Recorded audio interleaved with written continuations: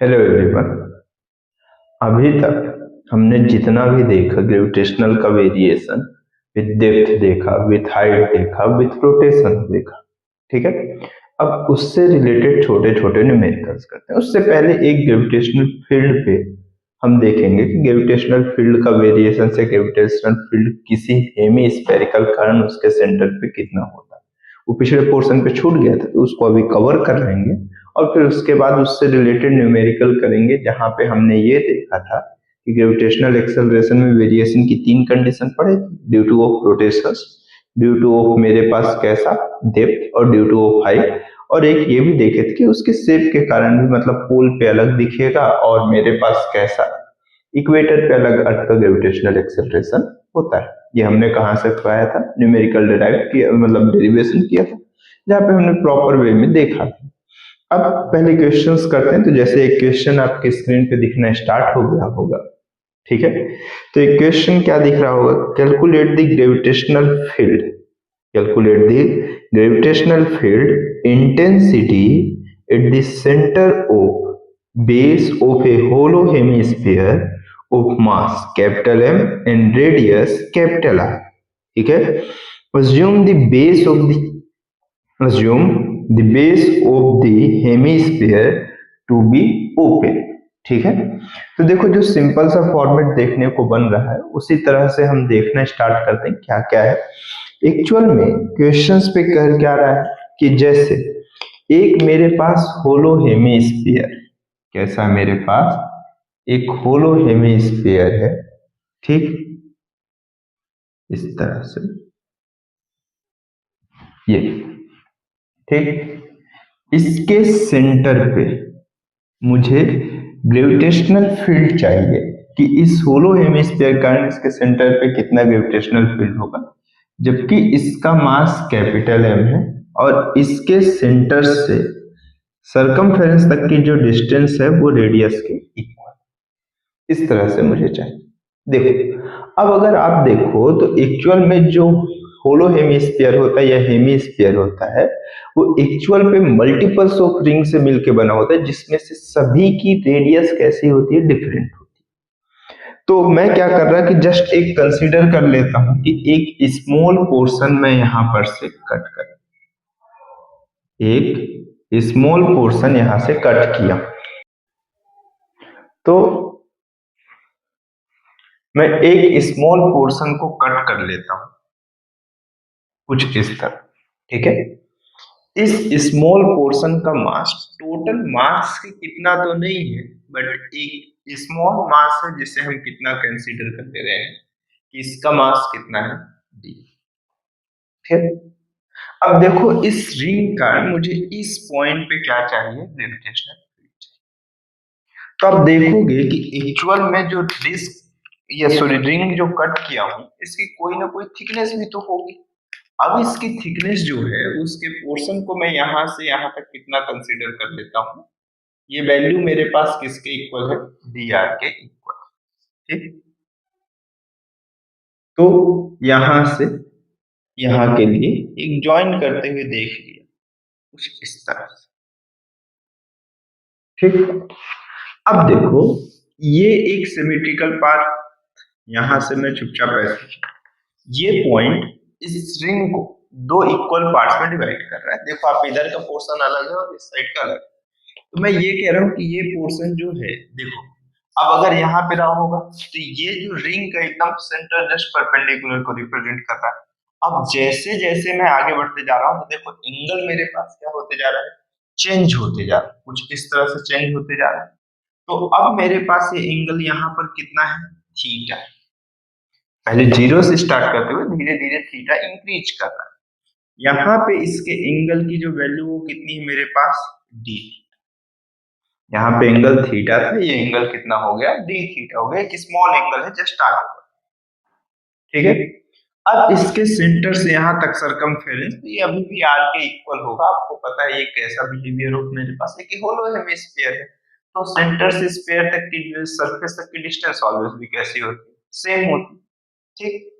अब अगले स्टेप पे तुम ये देखो कि मेरे पास ये वैल्यू यहां से यहां तक की जो डिस्टेंस ये r है, तो ये मेरे पास कौन सा हो जाएगा, r cos थीटा। और यहां से यहां तक की जो डिस्टेंस होगी ये किसके इक्वल होगी, r sin थीटा। तो मैं एक इस स्मॉल पोर्शन के कारण इस पॉइंट पे क्या चाहता हूं, मुझे ग्रेविटेशनल फील्ड की वैल्यू। हालांकि आपको पता है कि इस पे resultant of gravitational electric field, sorry gravitational field जो होगा वो इसी डायरेक्शन में है। हालांकि इसके दो कंपोनेंट आएंगे, लेकिन हर कंपोनेंट जो इसके परपेंडिकुलर डायरेक्शंस पे होगा वो इसको क्या कर लेगा, एक दूसरे से कैंसिल कर लेगा। जो ये इस साइड रिजल्टेंट लगा रहा होगा डीए, इसके दो कंपोनेंट आएंगे, एक इस साइड और एक इस साइड। तो जो परपेंडिकुलर कंपोनेंट होगा वो कैंसिल आउट हो जाएगा और रिजल्टेंट बस यही बचेगा। तो मैं एक रिंग के कारण कोई पॉइंट पे जो ग्रेविटेशनल फील्ड मिलता है वो हमारे पास कितना होता है, हमें मालूम है जी, इनटू रिंग का मास। तो रिंग का मास कितना है, डीएम, ठीक। और उस रिंग के मतलब रिंग के सेंटर से कहां तक, जिस पॉइंट पे ग्रेविटेशनल फील्ड चाहिए उस पॉइंट तक का डिस्टेंस, तो ये कितना है मेरे पास, r cos थीटा। और उसके बाद उस डिस्टेंस का स्क्वायर, डिनोमिनेटर में आप क्या लिखते हो, r square cos square theta plus ring की रेडियस मतलब r square sine square theta, और होल ऑफ कंपोनेंट्स का कैसा 3/2। तो एक्चुअल में ये कौन सी डिस्टेंस होती है, r cos square theta plus r sin square theta. इस रिंग के सरफेस से जहां पे आपको ग्रेविटेशनल फील्ड चाहिए उस पॉइंट तक की डिस्टेंस होती है, ठीक है। तो आप इसे कितना लिखोगे, d e is equal to g into r. अब देखो एक्चुअल में मैं आगे लिखने से बेटर ये समझो कि एक इक्वेशन और कितने अननोन है, दो अननोन है। एक इक्वेशन और कितने अननोन है, दो अननोन है। तो देखो ये जी है constant, r constant, but dm भी अननोन है और थीटा भी। एम तो पूरे रिंग, पूरे होम्बे स्फेरिकल का मास कैपिटल एम है। और थीटा कैसा है, हर एंगल के साथ वो वेरी करता ही तो जा रहा है। थीटा की वैल्यू कहां से कहां तक वेरी कर रही है, जीरो से लेके ऐसे देखो आप रोटेट करते करते करते करते आओ 90 डिग्री तक, एकदम ऐसा घूम, ठीक है।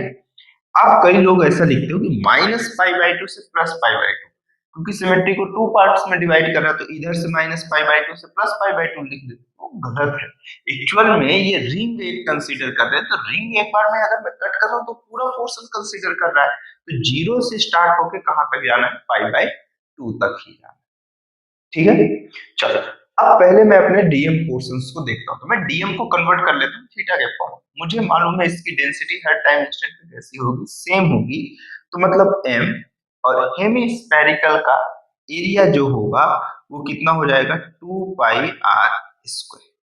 एक कंप्लीट स्फीयर की रेडियस, सॉरी एक कंप्लीट स्फीयर की एरिया होती है 4πr², हाफ के लिए कितना, 2πr²। इसका मास कितना है मेरे पास रिंग का, डीएम, और रिंग की एरिया। तो रिंग के लिए पहले एक्चुअल में बहुत कम थिकनेस होगा, तो इसका एक सरकमफेरेंस लेते हैं जो कि 2π, और इसकी रेडियस कितनी है, r sin theta into thickness रखोगे आप, dr। और dr की वैल्यू एक्चुअल में कैसा, ये r ही तो है, तो आप लिखोगे d theta is equal to r upon radius. जहां पर से dr की वैल्यू कितना लिख लोगे, d थीटा इंटू r। जहां पर से आप dm की वैल्यू आप कितना लिखोगे, आप देखते चलो, 2π से 2π क्या हो जाएगा कैंसिल, एक r से एक r कैंसिल, ठीक। तो आप कितना लिखोगे, m अपॉन r, ठीक। डिनोमिनेटर में r रहेगा, इधर कितना हो गया, साइन थीटा। अब dr की वैल्यू कितना हो जाएगा, d थीटा इंटू r। अब देखोगे कि ये r से ये r भी कैंसिल, तो dm is equal to m sine theta into d theta, ठीक। और इस dm की वैल्यू में उठा के यहाँ पे पुट करना स्टार्ट किया, ये हो गया m साइन थीटा, और इसमें से ये r cos theta d theta. आप देखो cos square sine square theta 1 हो जाएगा, r स्क्वायर को अगर मैं कॉमन लिया तो देखो ये r स्क्वायर इंटू 3/2 है, तो मतलब ये एक्चुअल में r की पावर में 3 हो जाएगा, एक कैंसिल आउट होगा, ये 2 हो जाएगा, ठीक। जहां से डी ई की जो वैल्यू है ये g एम, और ये कितना हुआ मेरे पास sine theta cos theta d theta upon कौन सा हुआ आर स्क्वायर। ठीक, अब मैं इसे क्या कर ले रहा हूँ, इंटीग्रेशन कर लेता हूँ। तो थीटा की वैल्यू 0 से लेके कहां तक जा रही है, पाई बाय 2 तक। ठीक, तो नेट ग्रेविटेशनल फील्ड ई की वैल्यू कितनी होगी मुझे ये देखना, जहां से जी भी कांस्टेंट, एम भी कांस्टेंट, आर स्क्वायर भी कांस्टेंट। आप देखो यहाँ पे 2 का मल्टीप्लीकेशन और 2 का क्या कर लो, डिवीजन कर लो, तो ये 2 साइन थीटा इंटू कितना है मेरे पास कॉस थीटा डी थीटा। जहां पर से मैं इसे लिख सकता हूं कि जीएम बाय ओ कौन सा है 2r स्क्वायर, और इनटू ये कितना हो जाएगा मेरे पास 0 से पाई बाय 2 तक, और ये साइन 2 थीटा डी थीटा। ठीक, अब अगले स्टेप देखो, E is equal to G M by 2r square, और साइन 2 थीटा का इंटीग्रेशन कितना होता है मेरे पास यहाँ से minus cos 2 theta by o 2, और लिमिट 0 टू पाई बाय 2। ठीक, जहां से E की वैल्यू gm बाय ओ कौन सा हो जाएगा 2r स्क्वायर, उसके बाद आप upper limit minus lower limit कर लो, तो आपको ये दिखेगा cos 2 इंटू पाई बाई 2 मतलब cos पाई हो जाएगा, और cos पाई की वैल्यू -1, तो ये मेरे पास -1 माइनस, और फिर लोअर लिमिट माइनस माइनस कितना हो जाएगा, प्लस हो जाएगा। आप देख सकते हो कि cos 0 की वैल्यू फिर से 1 हो जाएगी। तो आप E की वैल्यू डायरेक्टली जानते हो कि एक हेमिस्फेरिकल के कारण उसके सेंटर पे जो मेरे पास ग्रेविटेशनल फील्ड की वैल्यू आएगी वो capital G into o, hemispherical का मास अपॉन 2 इंटू रेडियस के उसके स्क्वायर के इक्वल हो। ठीक, आप इसको एक बार अच्छे से देखो, फिर उसके बाद हम लोग नेक्स्ट क्वेश्चन पे चलते हैं, जहां पे हम ये देखेंगे कि ग्रेविटेशनल का वेरिएशन विथ कैसा हो जाए, ये डेप्थ हो जाए, उससे रिलेटेड नहीं।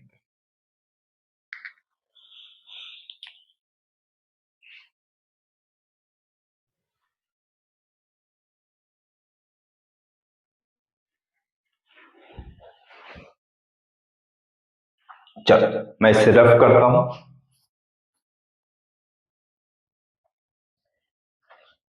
आपको क्वेश्चन आपकी स्क्रीन पे दिखना स्टार्ट हो जाएगा। ठीक है, देखते हैं क्या क्या होता है और कैसा होता है।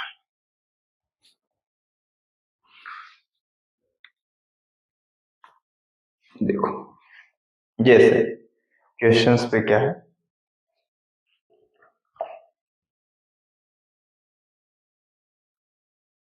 देखो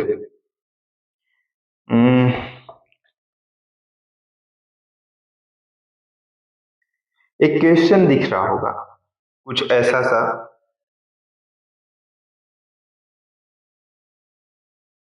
अर्थ के रेडियस की, नहीं ये क्वेश्चन करते हैं।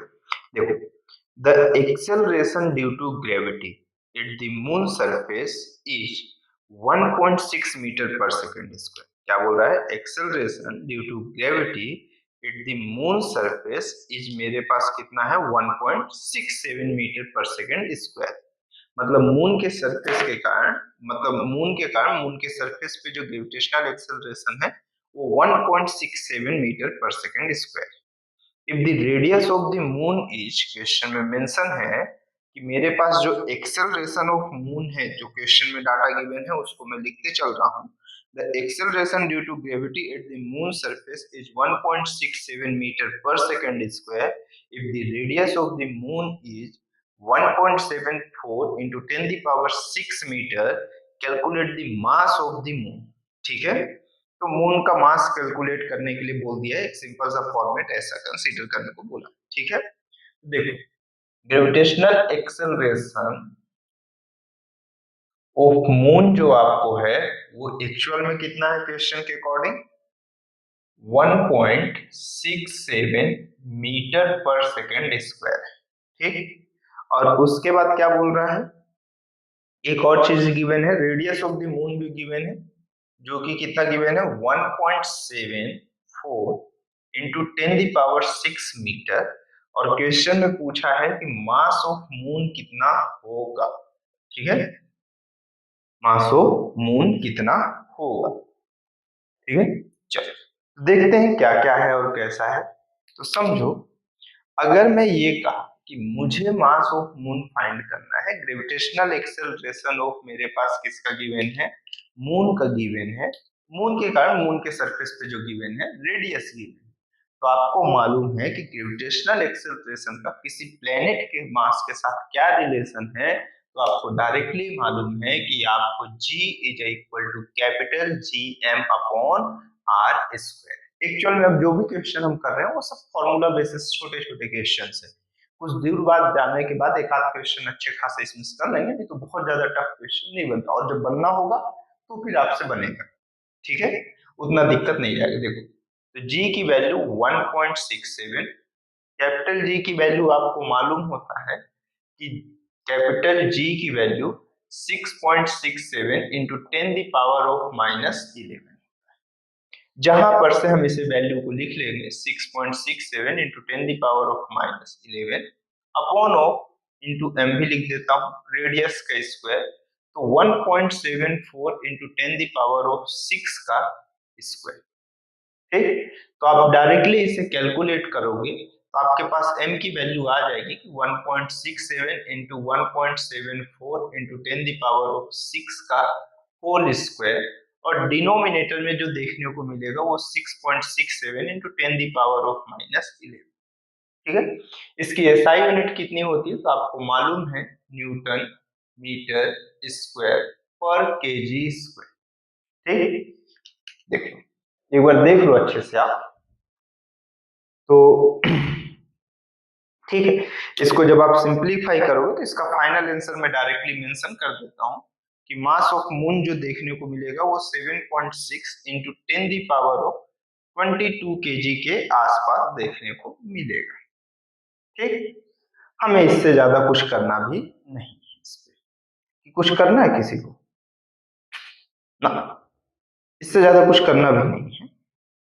और इससे ज्यादा अगर आप कुछ कर रहे हो तो आप देखो, ये मैं कैलकुलेशन नहीं करके दिखा रहा हूँ क्योंकि मैं ये एज्यूम कर रहा हूँ कि आपसे बनता है। ठीक है, चलो इसी क्वेश्चन में फिर से दूसरा क्वेश्चन देखते हैं, थोड़ा सा दूसरे टाइप का क्वेश्चन है। अब चीजें चेंज है, बहुत छोटे छोटे सॉल्यूशंस रहेंगे, बस ऐसे आपको इंट्रोडक्शन पार्ट है इसलिए चलते जा रहे हैं, और मैं नहीं तो चाहूँ तो स्किप कर देता हूँ इसको, लेकिन ऐसा कुछ नहीं करते हैं क्योंकि कई बार बोर्ड वोर्ड में ये चीज पूछ ली होती है, या फिर मान के चलो वहां पर बोर्ड में नहीं पूछा तो कहाँ पे पूछ लिया है, नीट के एग्जाम में ही छोटे छोटे क्वेश्चंस तो कुछ ऐसा हिंट दे के पूछ लिया तो काम बन जाए आपका, ताकि ठीक है।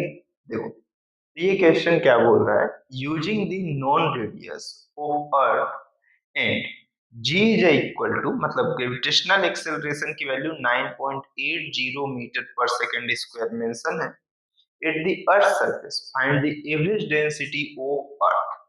तो average density of earth find करने के लिए बोला हुआ है, और नॉन रेडियस ऑफ अर्थ, मतलब अर्थ की जो रेडियस आप जानते हो उसमें से आपको क्या फाइंड करना है, मुझे रेडियस फाइंड करना है, क्या फाइंड करना है, सॉरी रेडियस फाइंड करना बोल रहा हूँ, डेंसिटी फाइंड करना है। ठीक, क्वेश्चन में अर्थ का ग्रेविटेशनल एक्सेलरेशन गिवन है, डेंसिटी पूछा है, और रेडियस आपको मालूम है कि अर्थ की रेडियस जो है वो 6400 किलोमीटर, या आप क्या लिखोगे 64 इंटू 10⁵ मीटर हो जाएगा ये। अब मास पूछा हुआ है तो आपको डायरेक्टली मालूम है कि डेंसिटी इज इक्वल टू, आपके पास क्या है, डेंसिटी पूछा हुआ है तो आप क्या लिखोगे कि density of earth is equal to mass of earth upon volume of earth, जहां पर से आप जानते हो कि मास तो आपको गिवन ही नहीं, बट ग्रेविटेशनल एक्सेलरेशन गिवन। तो ग्रेविटेशनल एक्सेलरेशन का रिलेशन विथ ऑफ मास आप जानते हो, यहीं पर से आप फाइंड कर लो ना कि m is equal to g into capital R square upon capital G। तो बस आप वैल्यू पुट करो तो ये मेरे पास ग्रेविटेशनल एक्सेलरेशन ऑफ कौन सा है, अर्थ है, ये अर्थ के लिए मैं कैलकुलेट कर रहा हूँ, इनटू मेरे पास कौन सा हो जाएगा r का स्क्वायर अपॉन कैपिटल G, और मेरे पास v की वैल्यू कितना है, वॉल्यूम ऑफ अर्थ, एक स्फेरिकल कंप्लीटली कंसीडर कर रहे हैं तो जिसकी वैल्यू 4/3 पाई इंटू r कितना हो गया, क्यूब हो गया, और ये रेडियस ऑफ अर्थ है, तो आप रो ई की value 3/4 gravitational acceleration of earth, ये दो में ये कंप्लीटली कैंसिल आउट हो जाएगा और यहाँ पे एक आर बच जाएगा। तो ये मेरे पास कौन सा हुआ, पाई आर, और डिनोमिनेटर में जी है। तो जब आप इसकी कंप्लीटली वैल्यू पुट करोगे, देखो आपको मैं सब डाटा लिख दिया हूँ, आपको सिर्फ डाटे में वैल्यू पुट करना है, ठीक है। तो देखो जब इसकी वैल्यू आप पुट करोगे तो आपको ये वैल्यू आ रही होगी 5.50 इंटू 10⁻³ kg पर मीटर क्यूब। ये अप्रोक्सीमेटली वो वैल्यू आना स्टार्ट हो जाएगी। आप देख सकते हो, आप सॉल्व करो, आपको दिखेगा ये, ठीक है। देखो आप इसको सॉल्व करके फिर नेक्स्ट क्वेश्चन पे मैं आपको लेके चलता हूँ। ये सब ऐसे नॉर्मल क्वेश्चंस, इनमें कोई बहुत ज्यादा आपको साइंस नहीं लगानी है, ठीक है। नॉर्मल है, फॉर्मूला ओरिएंटेशन से। आप देखो इसको एक बार, फिर मैं चलता हूँ आगे।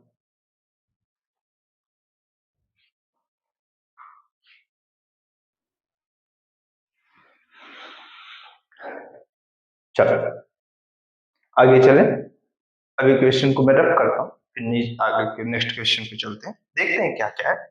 बहुत हैवी क्वेश्चंस नहीं, हैवी क्वेश्चन थोड़े दूर बाद है, ऐसे हैवी नहीं बहुत ज्यादा। इस ये पोर्शन पे तो नहीं है, आगे चल के आएंगे, बहुत अच्छे अच्छे क्वेश्चंस आएंगे।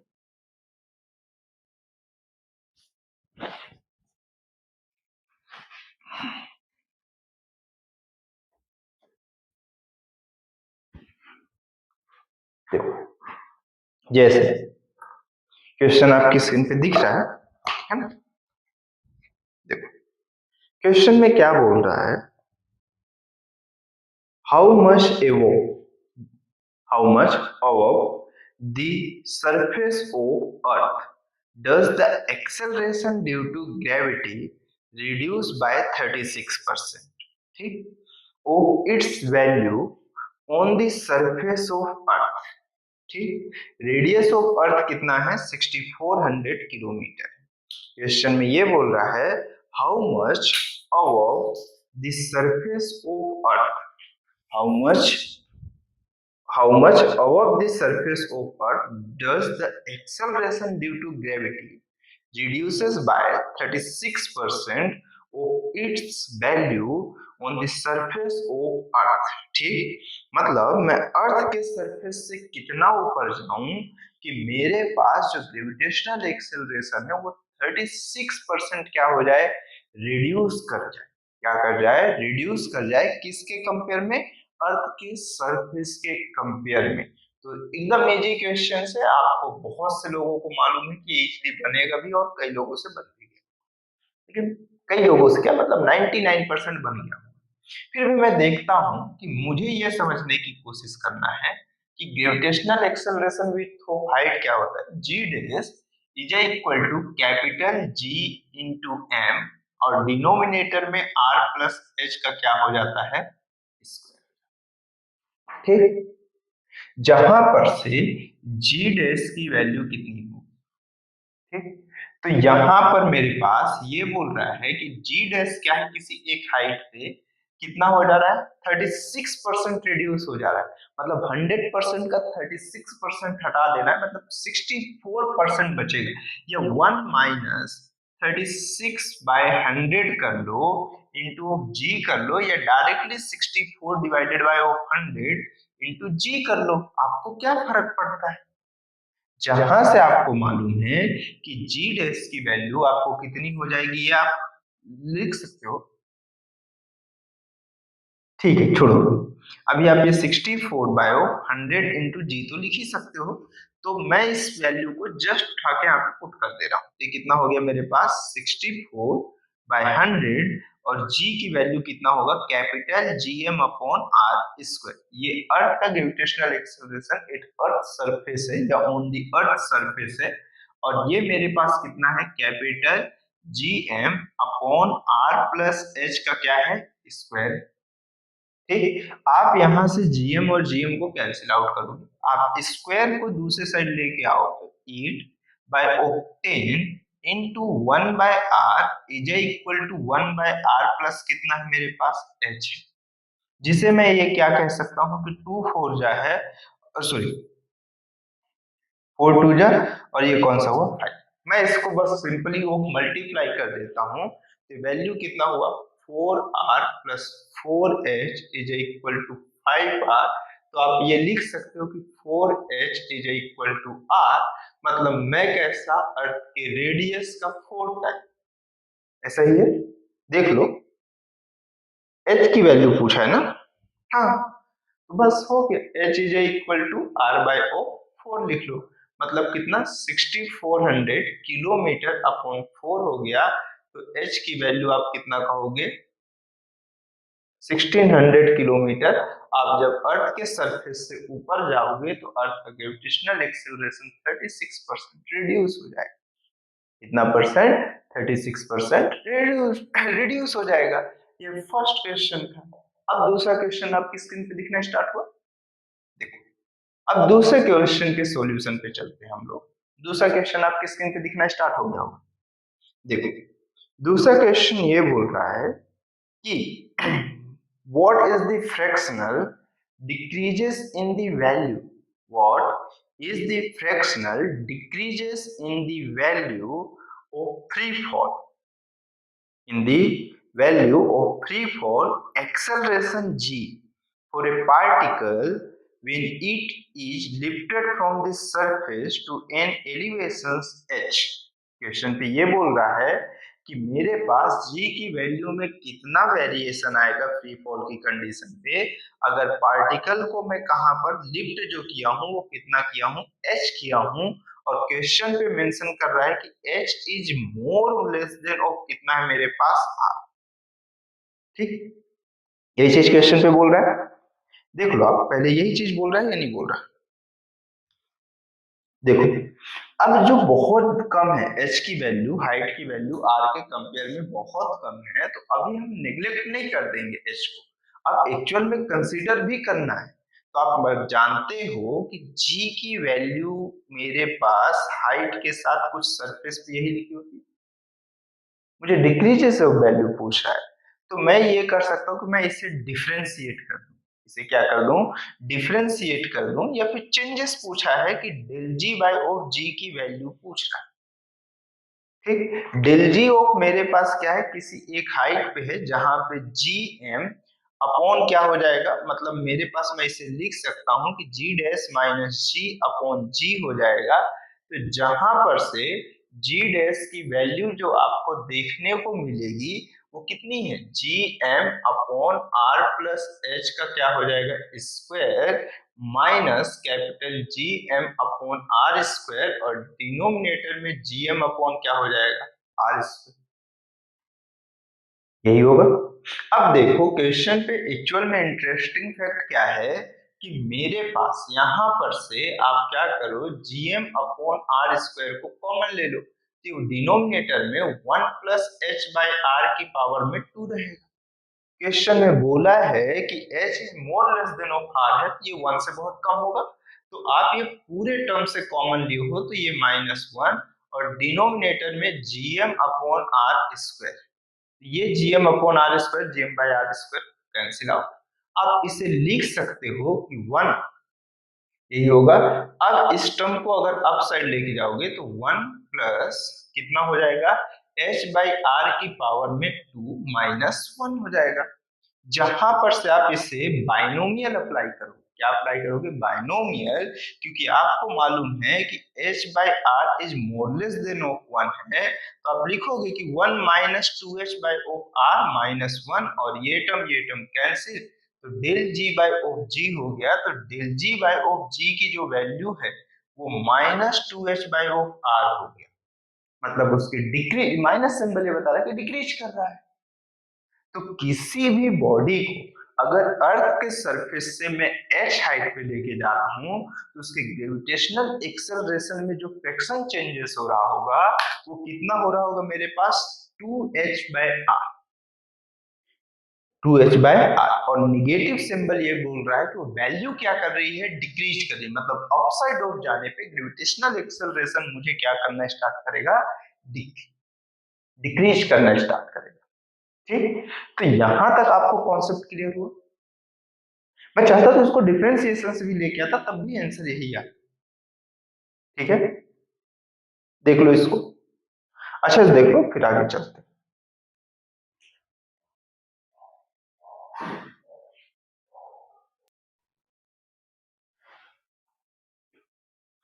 चलो,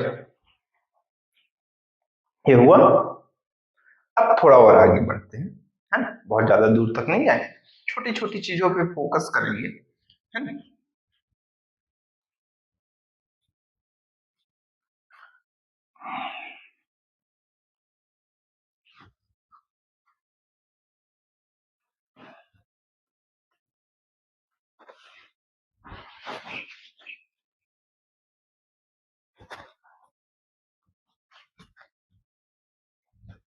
देखो,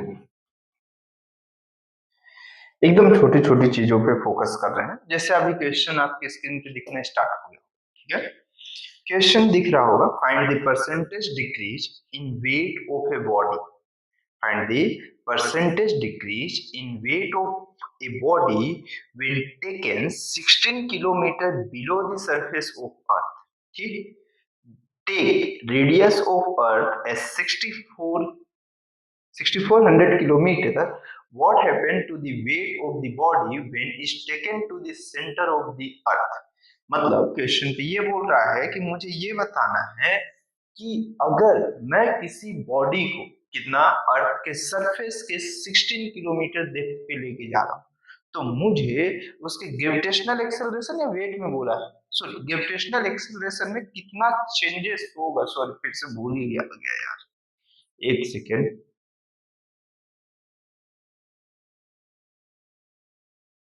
परसेंटेज डिक्रीज पूछा है, परसेंटेज डिक्रीज कितना होगा, कि मतलब अगर उस बॉडी को मैं अर्थ के सेंटर पे लेके चलूं तो कितना परसेंट वो बॉडी अपने आप को अर्थ की ग्रेविटेशनल एक्सेलरेशन में वेरी करेगा। नहीं, बॉडी के वेट पे बोला है, sorry. Find the percentage decrease in weight of body when taken 16 kilometre below the surface of earth, take radius of the earth as 6400 kilometre, what happened to the weight of the body when is taken to the center of the earth। ठीक है, तो मतलब ये बोल रहा है कि मतलब अगर किसी बॉडी को मैं अर्थ के सरफेस के सेंटर की डायरेक्शन पे या डेप्थ पे 16 किलोमीटर लेके जा रहा हूँ, तो उसके वेट में क्या चेंजेस होगा, सबसे पहले तो मुझे ये बताना है। और वेट में वो भी चेंजेस कौन सा, परसेंटेज चेंजेस की बात कर रहा है, क्या चीज की बात कर रहा है, परसेंटेज चेंजेस की बात कर रहा है, पहली चीज। और दूसरा, उसके सेंटर पे कितना होगा मुझे ये बताना है। तो मुझे ये मालूम है, जहां तक अभी हमने पढ़ा है वहां तक ये हमें एकदम डायरेक्टली मालूम है कि जो जी की वैल्यू सेंटर पे मिलेगी वो जीरो मिलेगी। तो अगर ग्रेविटेशनल एक्सेलरेशन अर्थ के सेंटर पे जीरो है, तो बॉडी का वेट भी सेंटर पे कितना होगा, जीरो होगा। ये मैं आंख बंद करके कह सकता हूँ। दूसरे का आंसर तो है, अपने को पहले के लिए देखना है, सबसे फर्स्ट वाले के लिए, ठीक है, कि कितना परसेंट चेंज हो रहा है। ठीक, देखो, अब कहने के लिए तो मैं ये भी कह सकता हूँ कि दिखाने के लिए कि अगर ऐसा हो, चलो देखते हैं। सबसे पहले एक लॉजिकल और फॉर्मेट में देखना स्टार्ट करते हैं कि अगर मैं अर्थ के सेंटर की डायरेक्शन पे जा रहा हूँ, तो मुझे मालूम है कि जो जी की वैल्यू है डायरेक्टली प्रोपोर्शनल ऑफ कैसा होता है, रेडियस के होता है। मतलब ये डेप्थ के, जितना डेप्थ पे लेके जा रहे हो उसके हिसाब से वेरी करेगा। ठीक, मतलब अगर मैं 1600 लेके गया जिस हिसाब से, चलो लेकिन फिर भी मैं अर्थ की ग्रेविटेशनल एक्सेलरेशन को विथ डेप्थ लिख देता हूं, जो आपके पास होता है जी 1 माइनस डी बाई ऑफ कौन सा होता है, आर। ये चीज होता है, सरफेस पे जी होगा, तो आपको परसेंटेज चेंज की बात कर रहा है, मतलब वो यही चीज कह रहा है। हाँ परसेंटेज है तो मतलब 100 की भी बात तो कर ही रहा होगा। तो देखो ये कितना हो रहा होगा, g dash minus g upon of g आप लिखोगे। ठीक, वैल्यू कंसीडर करना स्टार्ट करो, तो ये कितना हुआ, g 1 minus d by of R minus g upon of g हो गया। तो आपको दिखेगा कि ये वैल्यू डिक्रीज ही तो कर रही है, माइनस सिंबल ये बता रहा है कि वैल्यूज क्या कर रही है, डिक्रीज कर रही है। इंटू आप कर दो 100 कर दो, तो बस यही चीज तो आपको देखने को मिल रही है। ठीक, और ये आर क्या है मेरे पास, अर्थ का रेडियस है, तो ये अर्थ के रेडियस को कैपिटल आर से मैं रिप्रेजेंट कर दिया। तो अब आपको दिख रहा है ये सब चीजें आपको पहले बताई जा चुकी कि ये किस तरह से होता है, कि आपको ये मेरे पास कितना हो गया है 16 किलोमीटर डेप्थ पे लेके गए हो, अर्थ का रेडियस 6400 किलोमीटर है, इंटू 100 हो गया, ये मेरे पास कैंसिल आउट हो गया, ये कितना हो गया 1/4। तो ये परसेंटेज की बात हो रही है, तो जो परसेंटेज में चेंजेस होगा वो कितना हो जाएगा, माइनस का 0.25% हो जाएगा। और माइनस सिंबल ये बता रहा है कि अर्थ का ग्रेविटेशनल एक्सेलरेशन अंदर की डायरेक्शन पे जाने पे डिक्रीज करेगा।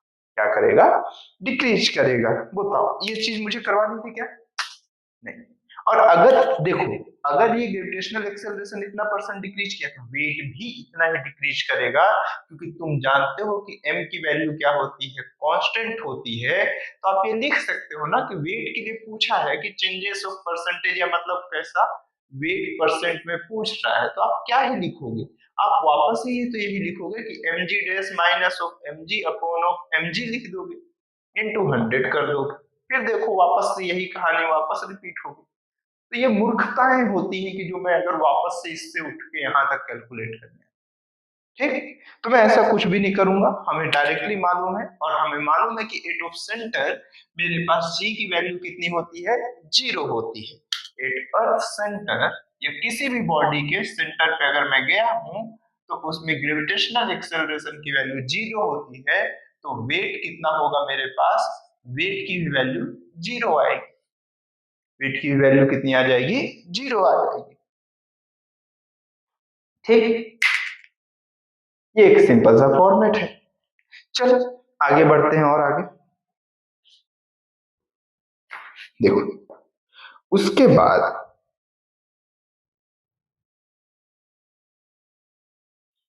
एक क्वेश्चन और आपको दिखना स्टार्ट हुआ होगा, इजी है, इसी के लिए एक ही बोर्ड में एक ही बार में करते चलते, बार बार वाइप करने कौन है इसको, ठीक है।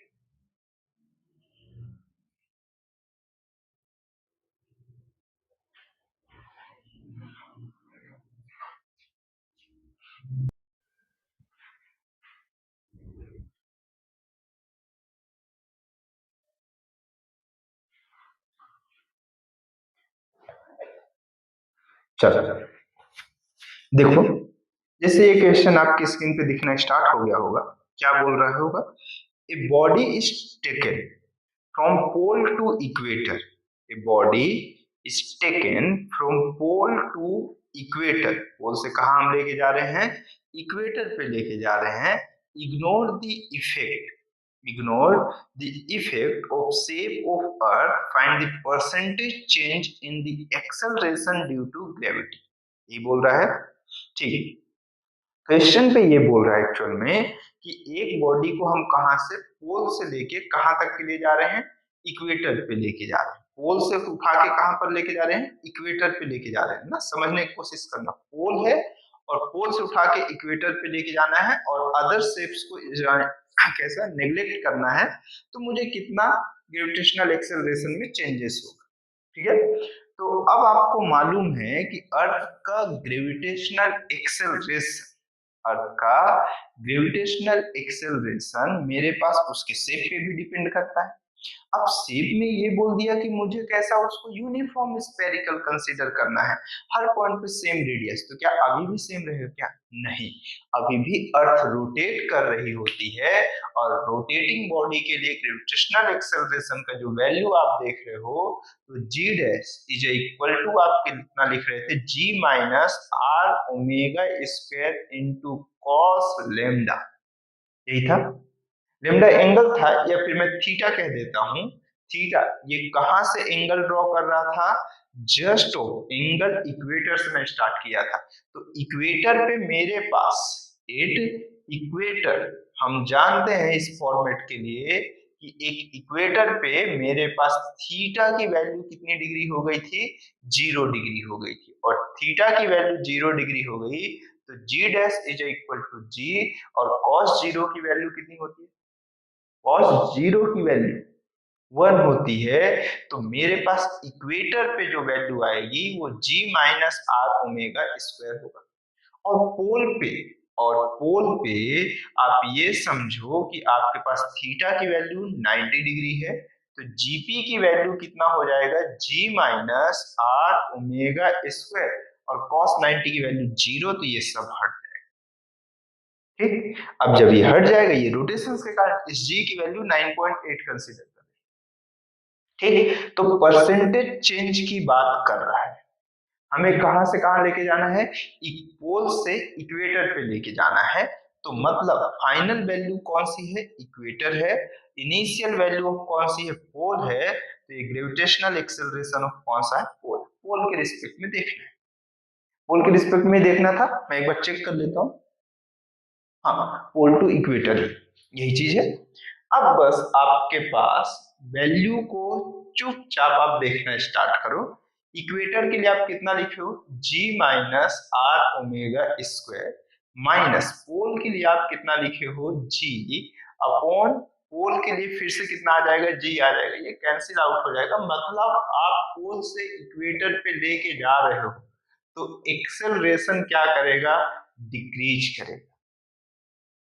क्या करेगा, डिक्रीज करेगा। तो परसेंटेज चेंजेस पूछा है ना, हाँ परसेंटेज चेंजेस पूछा, कोई दिक्कत नहीं। अब बोलो, अब सॉल्व हो जाएगा। वैल्यू पुट करनी है भाई, लो। अच्छा, आधे लोगों को ओमेगा में बड़ी तकलीफ होती है। ओमेगा क्या है, अर्थ का एंगुलर वेलोसिटी, यही है। एंगुलर वेलोसिटी क्या होता है, अगर मैं वेलोसिटी की पूछूं तो आप क्या बोलते हो, डिस्प्लेसमेंट अपॉन टाइम। तो एंगुलर वेलोसिटी क्या होता है, एंगुलर डिस्प्लेसमेंट। तो सर्कल जब रोटेट कर रहा होता है कोई बॉडी अपने एक्सिस पे, तो उसमें रोटेट करने के लिए जो एंगल रोटेट किया वो कितना है, पूरा एक चक्कर के लिए 25, अपॉन क्या हो जाएगा उसका टाइम पीरियड। तो 2 पाई है, 25 बोल रहा हूँ, 2 पाई। टाइम पीरियड कितना है, अर्थ के रोटेशन अपने एक्सिस पे रोटेट करने के लिए 24 आवर लेता है। तो ये 24 आवर को सेकंड में कन्वर्ट कर लो, 24 आवर, एक आवर में कितने मिनट, 60 मिनट, और 60 मिनट में मतलब 1 मिनट में कितने सेकंड, 60 सेकंड। बस इस वैल्यू को उठाना है और वहां पे पुट करना है। तो ये जो वैल्यू आपके पास आएगी, ये मैं चुपचाप वैल्यू लिख दे रहा हूँ। परसेंटेज में पूछा है तो मल्टीप्लाइड बाय ऑफ कौन सा कर देना है, 100 कर देना है। तो जो वैल्यू आएगी वो आपके पास आएगी कितना, -0.34, -0.34 परसेंटेज। मैं डायरेक्टली लिख दिया, आप देख लेना, वैल्यू पुट करना, यह काम आपका है। कैलकुलेशन का पार्ट आपका, एग्जाम में कैलकुलेशन करने आपको जाना है, मुझे नहीं।